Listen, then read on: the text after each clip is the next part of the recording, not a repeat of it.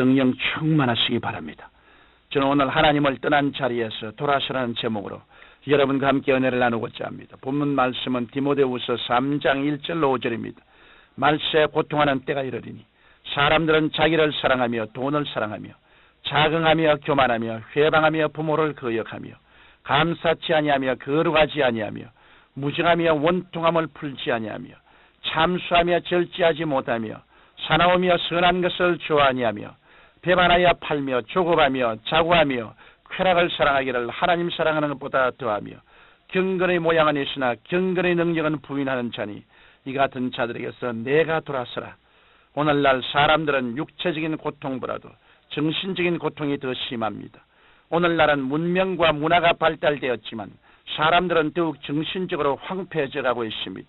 이러한 고통은 말세가 될수록 그 정도가 더욱 심해질 것이라고 성경은 이미 증가하고 있습니다.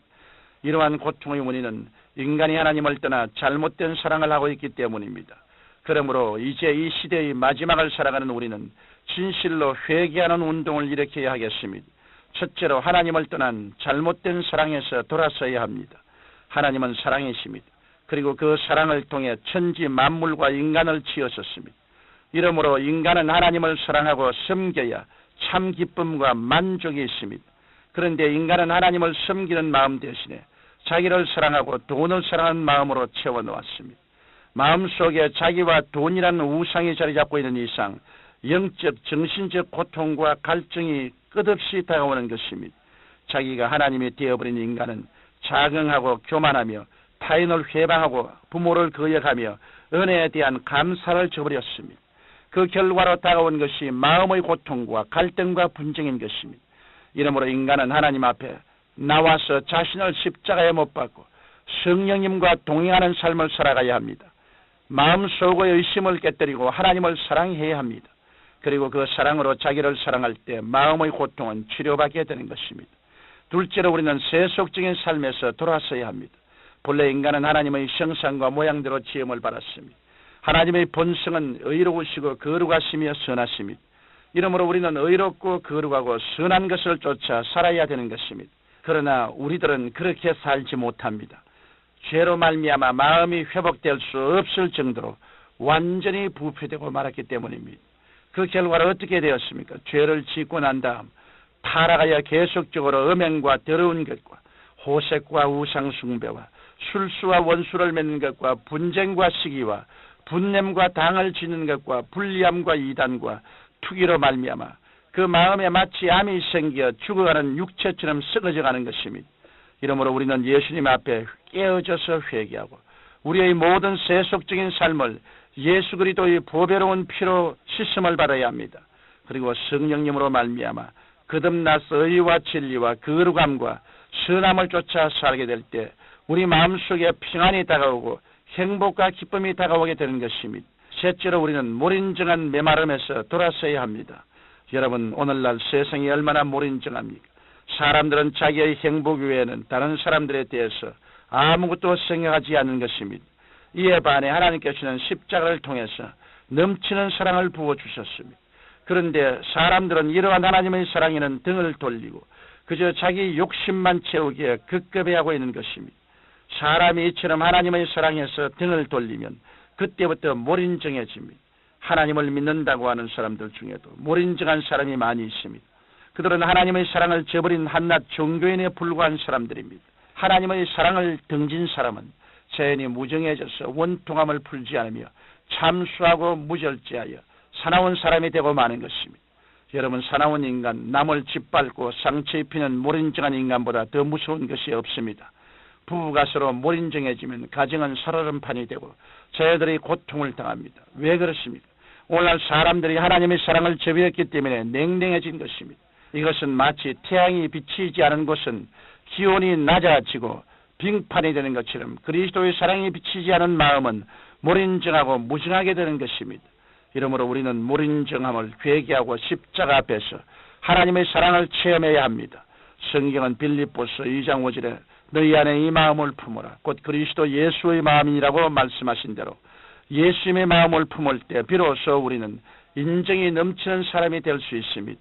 마음이 뜨거워지는 것입니다. 자기만 생각하지 않고 이웃을 생각하며 살아가게 되는 것입니다. 넷째로 우리는 쾌락주의에서 돌아서야 합니다. 쾌락주의라는 것은 쾌락을 누리는 것을 삶의 최고의 목적이자 가치로 생각하여 수단과 방법을 가리지 않고 자기 만족을 추구하는 것을 말합니다. 이 때문에 인간은 쾌락을 얻기 위해서 의료도 배반합니다. 먼 앞나라를 바라보기보다는 찰나적인 삶을 살아가는 것입니다. 그러나 이 세상에서 육체적인 향락과 쾌락이 깊으면 깊을수록 그 뒤에 다가오는 영혼의 공허와 흠우와 고통은 말할 수 없이 심한 것입니다. 옛날 진시황이 양장항에 배를 띄워놓고 신하들과 밤새도록 술을 마시고 춤을 춘 후 아침 안개가 뿌옇게 내렸을 때 배를 육지에 대고면서 지은 시가 있습니다. 희락 극해요 애정다루다.